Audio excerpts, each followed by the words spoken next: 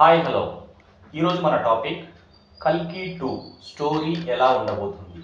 అది దీపికా పడుకొనే లేకపోతే, that means ఆమె క్యారెక్టర్ లేకపోతే కల్కి 2 స్టోరీ ఎలా ఉండబోతుంది.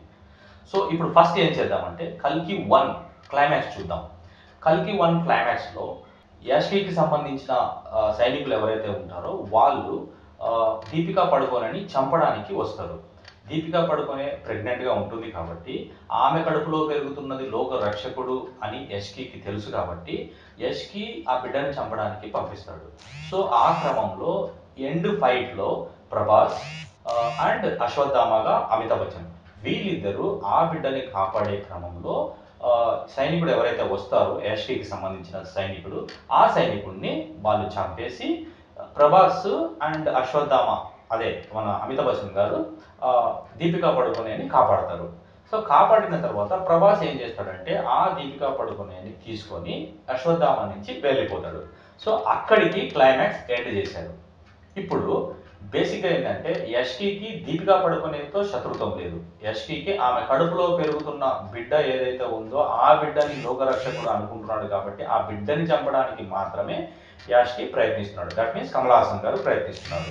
సో నౌ సెకండ్ పార్ట్లోకి మన ప్రిడిక్షన్ ఎలా ఉండబోతుంది అంటే సెకండ్ పార్ట్కి వస్తే వన్స్ దీపికా పడుకొనేకి డెలివరీ అయిపోయిందంటే బిడ్డకి యాష్కి ఫైట్, బిడ్డని యాష్కి చంపడానికి ప్రయత్నిస్తాడు. ఈ బిడ్డని ప్రభాస్ కావచ్చు లేదా అశ్వత్థామగా నటించిన అమితాబ్ బచ్చన్ కావచ్చు వీరిద్దరూ ఈ బిడ్డని కాపాడే క్రమంలో యాష్కితో ఫైట్ చేస్తారు. సో ఇది ఓవరాల్గా స్టోరీ ఉండబోతుంది. ఇక ప్రెగ్నెన్సీ తర్వాత ఆమె డెలివరీ అయిపోయింది కాబట్టి ఆమె కూడా ఫిట్నెస్తో ఉండి ఆమెను కూడా ఫిట్గా చూయించి ఒకవేళ తల్లిగా బిడ్డని కాపాడుకునే క్రమంలో దీపికా పడుకొనే ఒకవేళ ఉంటే దీపికా పడుకొనేతో కూడా వీళ్ళు యాక్షన్ సీక్వెన్సెస్ చేయించే అవకాశం ఉండేది. ఇప్పుడు దీపికా పడుకొనేని వీళ్ళు తీసేసిన కారణం చేత ఆ ప్లేస్లో నాకు తెలిసి మదర్ సెంటిమెంట్గా వాయిస్ ఓవర్తో నడిపించేస్తే అయిపోతుంది. కానీ దీపికానే పెట్టి యాక్షన్ సీక్వెన్సెస్ చేయించాల్సిన అవసరం లేదు. ఆమె పాత్ర యొక్క డ్యూరేషన్ తక్కువగానే ఉంటుంది.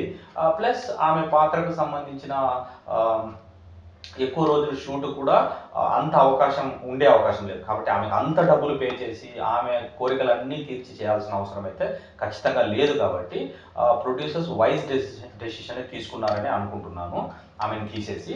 సో నా ఇప్పుడు ఆమె లేకుండా సీన్లోకి వస్తే ఇప్పుడు ఆ బిడ్డ పుట్టిన తర్వాత యష్కి ఆ బిడ్డని చంపేయాలన్నది మెయిన్ మోటివ్.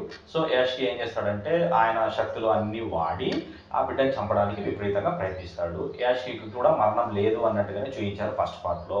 సో ఇప్పుడు ఆ బిడ్డని కాపాడే క్రమంలో ప్రభాస్ అండ్ అమితాబ్ బచ్చన్ వీళ్ళిద్దరు కలిసి ఏం చేస్తారంటే ఆ బిడ్డని కాపాడే క్రమంలో యాష్కితో క్లాష్ ఉంటుంది. అక్కడ ఫుల్ యాక్షన్ సీక్వెన్సెస్ ఉంటాయి, ఎమోషనల్ సీక్వెన్సెస్ ఉంటాయి, అన్నీ ఉంటుంది, అన్నీ బాగానే ఉంది, ఓకే. ఇప్పుడు ఆ బిడ్డ పెరిగి పెద్దవాడై యాష్కితో ఫైట్ చేసేదైతే సెకండ్ పార్ట్లో ఉండదు. కాబట్టి ఇప్పుడు ఆ బిడ్డ పెరిగి పెద్దవాడైనంటే ఆటోమేటిక్గా ఇక్కడ ప్రభాస్ ఓల్డ్ అయిపోవాలి, అశ్వత్థామ చనిపోవాలి. ఓకే. సో ఇప్పుడు అట్లా కాదు కాబట్టి ఆ బిడ్డ పెద్దవాడు కాకపోవచ్చు, ఆ బిడ్డ కొంత పెరిగేంత వరకు ఉంచి ఆ ప్లేస్లో వీళ్ళిద్దరి క్లాష్ అంతా చూపించేసి సెకండ్ పార్ట్ ఏదైతే ఉందో అది క్లోజ్ చేసే అవకాశం ఉంది. ఇక ఆ బిడ్డ పెరిగిన తర్వాత యష్కి మళ్ళీ ఆయన శక్తులన్నీ మళ్ళీ పుంజుకొని వచ్చాడు అని అంటే అప్పుడు ఆ బిడ్డకి యాష్కి ఫైట్ ఏమన్నా ఉండొచ్చు, లేదా యాష్కి చనిపోయి వేరే విలన్ కూడా వచ్చే అవకాశం ఉంటుంది. ఇవంతా థర్డ్ పార్ట్కి వెళ్తుంది. దాట్ మీన్స్ నాగార్జున కూడా ఒక యూనివర్స్ని క్రియేట్ చేస్తున్నాడు. కల్కి యూనివర్స్ కావచ్చు లేదా ఎనీ యూనివర్స్ కావచ్చు. సో ఇది ఎండ్ అయ్యే స్టోరీ అయితే కాదు, ఎందుకంటే ఆయన పురాణాలని కూడా బేస్ చేసుకొని తీస్తున్నాడు కాబట్టి ఆబ్వియస్లీ ఇది నెక్స్ట్ అట్లా ఒక్కొక్క పార్ట్కి ఒక్కొక్క హీరోని పెట్టుకుంటూ వెళ్ళే అవకాశం కూడా ఉంటుంది. అవతారాలు, దట్ మీన్స్ విష్ణు అవతారాలు ఏదైతే ఉన్నాయో దాన్ని ఒక్కొక్క హీరోని పెట్టుకుని వెళ్ళే అవకాశం కూడా ఉంది. సో ఇప్పుడు ఓవరాల్గా తీసుకుంటే దీపిక లేకుండా ఉండడం వల్ల ఈ సినిమాకు నేను లాస్ట్ రివ్యూలో చెప్పినట్టుగా ఈ సినిమాకు ఎటువంటి నష్టం అయితే ఖచ్చితంగా ఉండదు. ఆ ధైర్యంతోనే నాకు తెలిసి నాగార్జున కావచ్చు లేదా వైజయంతి మూవీస్ వాళ్ళు కావచ్చు ధైర్యంగా డెసిషన్ తీసుకున్నారు ఆమెను తీసేయడానికి. ఇన్స్టెడ్ ఆఫ్ ఆమె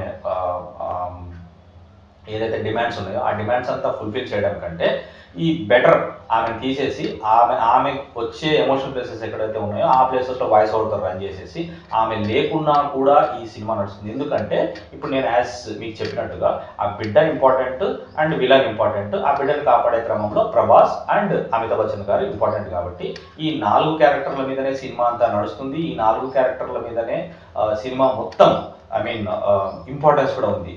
సో మిగతా క్యారెక్టర్స్ అన్ని సపోర్టింగ్ క్యారెక్టర్స్ లాగానే ఉంటుంది. కాబట్టి ఆబ్వియస్లీ దీపికాకి ప్రభాస్కి రొమాన్స్ సీన్స్ ఉండే అవకాశం లేదు. సో దీపికాకి ప్రభాస్కి మంచి ఎమోషనల్ సీన్స్ ఉండే అవకాశం కూడా నాకు తెలిసి అంత అయితే ఉండకపోవచ్చు.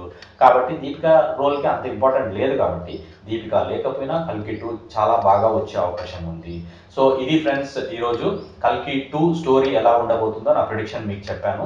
సో ఇది కరెక్టా కాదా, లేకపోతే కల్కి 2 స్టోరీ ఎలా ఉండబోతుంది, దీపిక లేకపోతే స్టోరీ ఎలా ఉండబోతుంది, అండ్ నేను చెప్పిన విధంగా ప్రభాస్ ఈ బిడ్డను కాపాడే క్రమంలో అమితాబ్ బచ్చన్ అండ్ ప్రభాస్ కమల్ హాసన్తో ఎలా క్లాష్ ఉంటుంది. ఓకేనా, మీరు మీ ప్రిడిక్షన్ని కామెంట్స్ రూపంలో తెలియజేయండి. Okay, so tomorrow I will come with another స్టోరీతో మీ ముందుకు వస్తాను. అంతవరకు బాబాయ్, టేక్ కేర్.